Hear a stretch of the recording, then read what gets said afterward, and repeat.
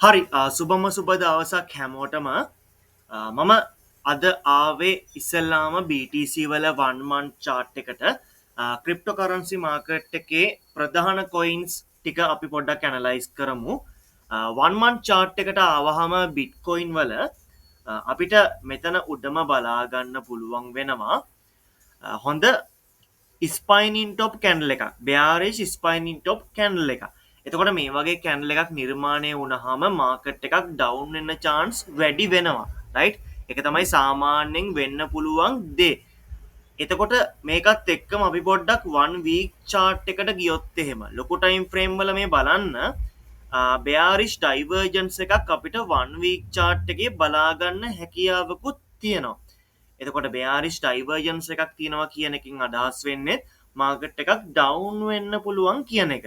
මේ පොඩි time frame අපි බැලුවේ නැහැ. හරි?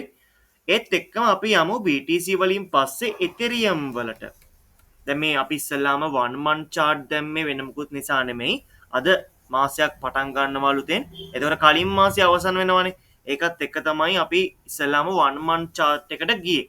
එතකොට Ethereum වල අපි 1 month chart එකට ගියොත් එහෙම මේකේ මෙතන හොඳ ඉම්බැලන්ස් එකක් අපිට බලා ගන්න පුළුවන් Ethereum වල මේක 3100 3200 වගේ ලෙවල් එකක මේ ඉම්බැලන්ස් එකේ භාගයක් කම්ප්ලීට් කරන්නයි කියලා අපි සාමාන්‍යයෙන් හිතනවා 3200ට වගේ આવොත් අපිට යම් ප්‍රමාණයක් Ethereum buy කරගන්න පුළුවන් capital manage කරගෙන Ethereum එකේ 1 week chart එකට ගියොත් එහෙම ලොකුවට අපිට එහෙම දෙයක් පේන්නේ නැහැ පහළ ඒරියාස් වල 1000 ගණන් වල තමයි අපිට හොඳ සපෝට් සෝන් එහෙම බලා ගන්න පුළුවන් වෙන්නේ අපි බලමු මේ වගේ තැනකට ආවොත් බයි කරගන්න chance එකක් අපිට තියෙනවා එතනින් එහාට ගියොත් අපි පොඩ්ඩක් බලමු Solana එක Solana එකට අපි ගිහිල්ලා බැලුවොත් එහෙම ඒකේ 1 month chart එකට Solana එකේ 1 month chart එකේත් අපිට හොඳ week එකක් බලා ගන්න පුළුවන් මේ වීක් එකකින් මැද හරියක්වත් කම්ප්ලීට් කරනකම් මාකට් එක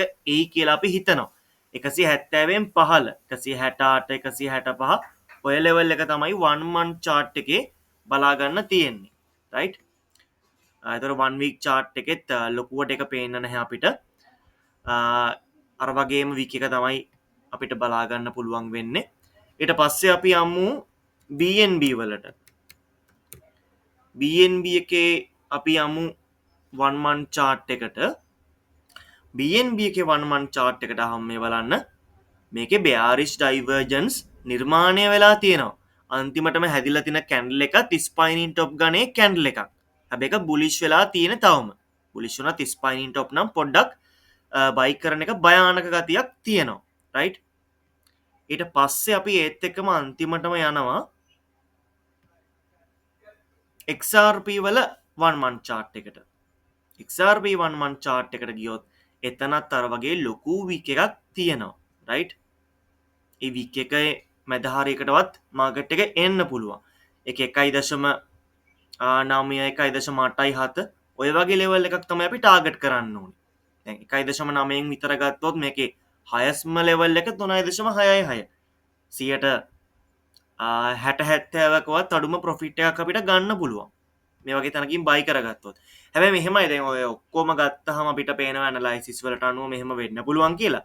හැබැයි පොඩ්ඩක් ඩවුන් වෙලා චුට්ටක් අප් වෙන්න ගන්නකොට අපි නිකම්ම buy කරනවා. ඔටෝ buy කරනවා. ඒක පුළුවන් තරම් නවත්තන්න ඕනේ. ඉවසගෙන ඉන්න ඕනේ මාකට් එක ඒ levels වලට එනකම්. ඒක තමයි ක්‍රමය. right? ඉතින් අපි ඉස්සරහටත් මේ වගේ වීඩියෝස් කියනවා. ඔයාලා අනිවාර්යයෙන්ම අපිත් එක්ක එකතු වෙලා ඉන්න.